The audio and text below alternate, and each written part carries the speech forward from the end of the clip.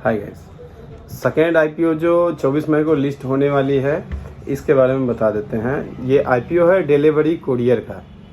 ये delivery courier का, delivery नाम से ही कुरियर है, ठीक है।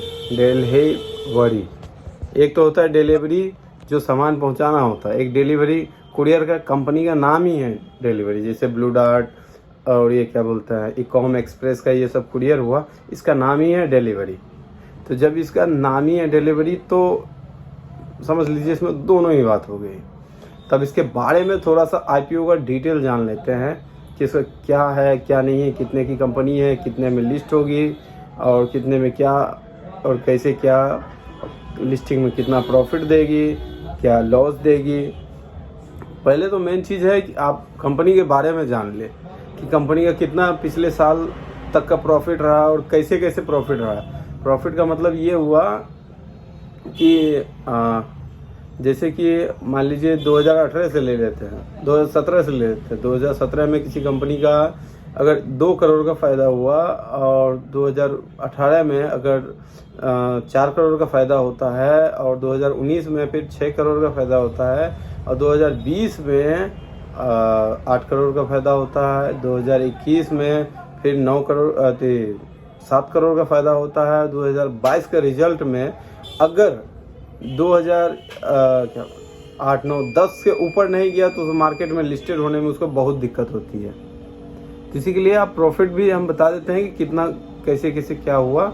और इसका कुछ सब्सक्रिप्शन मतलब लोगों ने ज़्यादा इसको पसंद नहीं किया है, तो लोगों ने जब ज़्यादा पसंद नहीं किया तो इसका लिस्टिंग हो सकता है मे बी नेगेटिव हो या माइट भी पॉजिटिव भी हो सकता है। दोनों तरफ किए जाते हैं। रेट टू रेट नहीं खुलेगा, या तो नेगेटिव या तो पॉजिटिव। लास्ट टाइम से मैंने जितना भी बोला रेट टू रेट खुला और जो भी मैंने अपडेट दिया वो अपडेट के हिसाब से सही अपडेट दिया था। तो इसमें हम आपको आगे डिटेल बता देते हैं, बाद में स्क्रीन में लेके जाएंगे, पहले आप हम डिटेल बताने दीजिए। तो ये मिनिमम 1 लॉट आप अप्लाई कर सकते हैं। आप 2 लाख तक रिटेल इन्वेस्टर अप्लाई कर सकते हैं। मिनिमम 1 लॉट के लिए आपको 14,000 रुपया ब्लॉक करवाना पड़ेगा। 13,860 रुपये है तो 14,000 रुपये आपको ब्लॉक करवाना पड़ेगा। तो ये उसके बाद ही ये जाके बिड 1 लॉट बिड अप्लाई कर सकते हैं। इसका 1 लॉट में आपको 30 शेयर है, 30 शेयर है। मिनिमम इन्वेस्टमेंट 14-15,000 रुपये का एक इन्वेस्टमेंट आता है। और उसके बाद ये प्राइस बैंड रखा है इन्होंने, कंपनी ने प्राइस बैंड रखा है 462 से लेकर 487 रुपये तक। ये कंपनी का प्राइस बैंड है। मिनिमम इन्वेस्टमेंट इसका ये है। और ये 11 मई और 13 मई को आया था आईपीओ और ये 24 मई को लिस्टिंग है। इसका 24 मई को लिस्टिंग है। जिन आदमी ने डिलीवरी का आईपीओ अप्लाई किए हैं उन सब के लिए बहुत बढ़िया चीज़ है। जिसको मिला है वो ठीक है, यहाँ तक तो मिल भी नहीं रहा है किसी को शेयर, अलॉट किसी को अलॉट भी नहीं हुआ। यहाँ तक कि खुद मेरा क्लाइंट, कितने क्लाइंट ने भी इसको किया था उसको खुद को अलॉट नहीं हुआ। जाहिर सी बात है, अलॉटमेंट भी होना ज़रूरी है। शेयर जैसे सरकारी जॉब होता है, निकलती है 200 फाइल 200 लोग के लिए और लगता है 2 लाख एप्लीकेशन कि भैया मुझे सिलेक्शन हो जाए, मुझे सिलेक्शन हो जाए। तो आईपीओ सेम तरीके का है कि इसमें भी हम 5,000 करोड़ का लगा रहे हैं। 5,000 करोड़ रुपया ही चाहिए मार्केट से मुझे और आ जाता है 10,000 करोड़ तक। तो जो लकी ड्रॉ जैसे हम लोग खेलते हैं ना कि भैया एक बॉल में बहुत सारा पेपर डाले, किसी का नाम चुन के रेंडमली उठा के उसको दे दिया, तो इसमें भी यही होता है कि रेंडमली उठा के दे देते हैं। इसी के लिए एक फैमिली में 4-5 अकाउंट होना चाहिए ताकि एक आईपीओ को अप्लाई करने के लिए 4-5 अकाउंट से अगर एक बार आप आईपीओ अप्लाई कर दिए 5 पैन कार्ड से तो हो सकता है किसी ना किसी को फंस जाए, मिल जाए, हो सकता है। माइट ये ज़रूरी नहीं है कि मिलेगा ही मिलेगा, लेकिन मिल सकता है किसी को। अगर 5 पैन कार्ड से एक साथ अप्लाई कर रहे हैं अपने ही फैमिली मेम्बर से तो एक ना एक को मिल ही जाएगा। चलिए, आईपीओ इतना कोई खास बात नहीं है, इसका ये जान लिए। और इन्होंने कंपनी का जो साइज इशू किए हैं 5,235 के अराउंड में, 35,000 करोड़ के अराउंड में इन्होंने साइज इशू किए हैं। उसके बाद आ जाइए इस पर, ये डिलीवरी, ये क्या बोलता है रेगुलर, ये इनका एम्प्लॉय भी अप्लाई कर सकते हैं। कई कंपनी में क्या होता है ना कि एम्प्लॉय अप्लाई नहीं कर सकते हैं। आप खुद का शेयर मान लीजिए किसी टाटा मोटर में कोई कंपनी स्टाफ काम कर रहा है, तो वो टाटा मोटर का शेयर खुद परचेस नहीं कर सकता। वो फैमिली मेंबर के किसी का ऑन के नाम से परचेस कर सकता है, लेकिन खुद के नाम से वो परचेस नहीं कर सकता टाटा मोटर में। तो इसीलिए इसमें ऐसा है कि आप खुद से परचेस कर सकते हैं, और इनका एम्प्लॉय जो होगा डिलीवरी कुरियर सर्विस का, इनका एम्प्लॉय जो होगा ये भी अप्लाई कर सकते हैं। एम्प्लॉय के लिए 25 रुपये पर शेयर का डिस्काउंट रखे हैं। If you are an employee of delivery courier service, then you will be get offer discounted of ₹25 पर शेयर में। तो ये इसका ये है। और इसका सब्सक्रिप्शन टोटल जो हुआ है ये, एक सेकंड, और इनका क्या बोलता है कंपनी का जो है, ये कंपनी काम क्या क्या करती है। ये लॉजिस्टिक सर्विस पूरे इंडिया, पैन इंडिया में करती है। Company provide logistics service such as the express parcel delivery, heavy goods and delivery, truckload freight, warehousing और supply chain इसका बहुत बड़ा है। Cross border express freight service and supply chain software. The company was founded in 2011. Headquarter इसका गुड़गांव में है, और founder है सही बड़ुआ बंगाली है। CEO कंपनी का CEO है। को फाउंडर कपिल भारती है, इज द CTO। तो चलिए, ये कंपनी का कुछ नियम रह गए हैं। और ये मैनेजिंग डायरेक्टर का तो बता ही दिए, साहिल बड़ुआ है। ठीक है, नॉट भड़ुआ, बड़ुआ है ये। ठीक है, इस कंपनी का फाउंड हुआ था 2011 में। डिलीवरी IPO डिलीवरी का 2011 से इन्होंने रन करके रखे हैं कंपनी का। और जो इसका NSE में नाम लिस्टेड होगा, डिलीवरी लिमिटेड करके होगा। तो आप लोग ढूंढने में दिक्कत मत कीजिएगा, डिलीवरी लिमिटेड होगा। चलिए, अब कंपनी का जो है पूरा का पूरा कस्टमाइज रेवेन्यू क्या क्या है 2021 का, वो हम बता देते हैं। इसका है revenue from contract customer ground from ₹16,53.89 crore का फिजिकल। ये 2019 से 2019 में 3,3646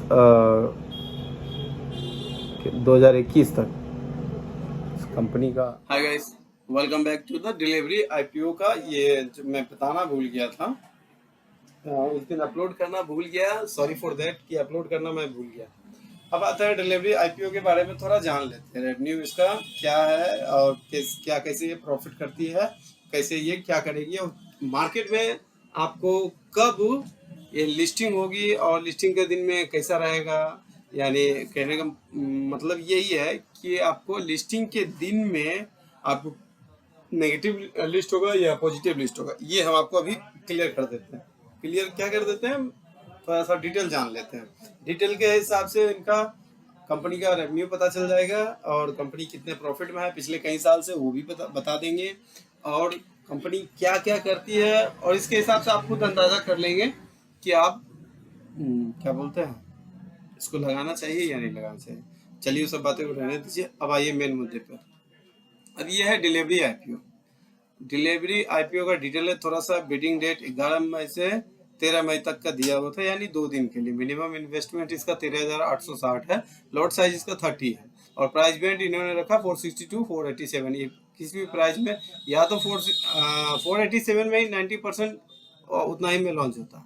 इशू साइज है 5,235 करोड़ का। और IPO का डॉक्यूमेंट अगर पढ़ने तो बहुत टाइम लग जाएगा आपको, इसीलिए हम वर्बली बता देते हैं आपको। तो यार IPO का ये है, बता देते हैं आपको। ये क्या बोलते हैं, एप्लीकेशन इसका डिटेल, ये जो कैसे बताऊंगा, ठीक है। For delivery IPO eligible investor can should apply, क्या regular and employ apply. Employ के लिए इसमें जो डिलीवरी कंपनी का एम्प्लॉयज है उसके लिए 25 रुपये का डिस्काउंट रखा गया पर शेयर के लिए। और इसका एप्लीकेशन स्टेटस है ये देखिए, जो सब्सक्रिप्शन स्टेटस है ये 13 मई को जो सब्सक्रिप्शन स्टेटस है, ये ज़्यादा सब्सक्राइब नहीं हुआ, 1.30x सब्सक्राइब हुआ है। ये मतलब इसमें कुछ खास नहीं सब्सक्राइब हुआ है, इससे ज़्यादा सब्सक्राइब इसमें हुआ है। क्या बोलते हैं, ई मुद्रा अभी तक हो चुका है। उसके बाद ये डिलीवरी कंपनी का नाम बता देते हैं। इसमें है अबाउट डिलीवरी कंपनी, ये देखिए यहाँ सारा डिटेल दूंगा। Delhivery is a logistic service company in India. The company provide the logistic service such as express parcel delivery, heavy goods and delivery parts, truckload freight और warehousing, supply chain solution, cross border express freight service and supply chain। ठीक है, इसका director है। The company was founded in 2011 as it is its headquarters in Gurgaon, India। Founder Sahil Badua is the CEO of Delivery, while co-founder of Kapil Bharti is the CTO। इनका जो delivery NSE में जो नाम list होगा ये delivery limited करके होगा, और मैनेजिंग MD तो आपको बता ही दिया था हमने। चलिए ठीक है, अब एक बार और देख लेते हैं इसके बारे में।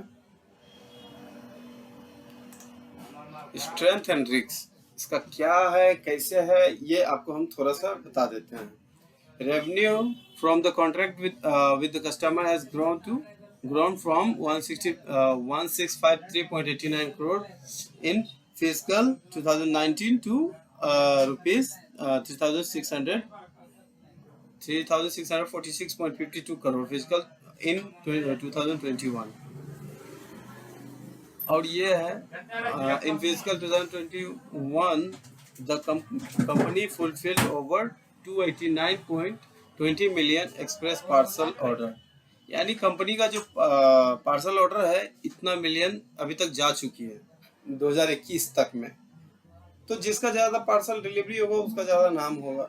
अब चलिए ई कॉम का कंपेयर तो ये नहीं कर सकता, लेकिन ई कॉम को पीछे बहुत जल्दी छोड़ देगा। उसके बाद आते हैं नीचे, इसके साथ साथ अटैच में इसके साथ साथ काम कौन कौन कर रहा है, इसके यही सबसे पता चलता है कि कंपनी का वैल्यू क्या है।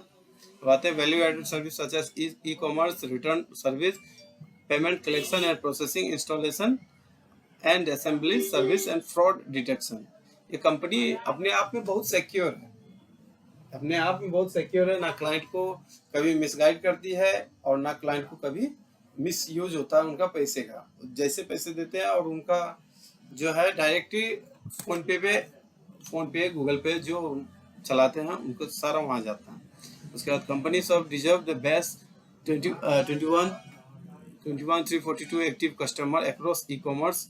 मतलब 21,342 कस्टमर एक्टिव कस्टमर है जो इनका कंज्यूमर प्रोडक्ट लेते हैं।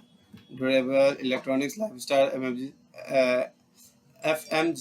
FMCG, मतलब जितने भी गुड्स होते हैं, हेल्थ केयर, रिटेल, सब इनसे मंगाते हैं। एक्टिव कस्टमर है 21,342, यानी हर रोज इनका इतना कस्टमर का सामान आता है पूरे पैन इंडिया में। अब ये थोड़ा सा डिटेल है। In the first quarter of physical 64% of revenue were from the customer who have been transaction with the company for over 3 years. Executed an agreement to enter into a strategic alliance with FedEx। FedEx के साथ इनका attachment है और इनका attachment बहुत के साथ है। जो डिलीवरी सर्विस हम भी शुरू करने वाले हैं उनका भी अटैचमेंट बहुत सारे लोग के साथ है। Team of 474 engineering, data science and the product of professional as of June 30, 2000। तो इनके पास जो है सारे के सारे इनके इन हाउस में है, चाहे वो डाटा साइंस वाले हो या सॉफ्टवेयर वाले हो, इनका खुद का एप्लीकेशन चलता है। ये सारे के सारे ये बाहर से कहीं कोई काम नहीं करवाते हैं। तो इसके लिए इनका जो शेयर प्राइस है ये पॉजिटिव खुलने का बहुत बड़ा चांसेस है। अब आते हैं थोड़ा सा कंपनी का डिटेल तो आप जान ही लिए हैं। अब आते हैं इसका फाइनेंशियल रेवेन्यू पे।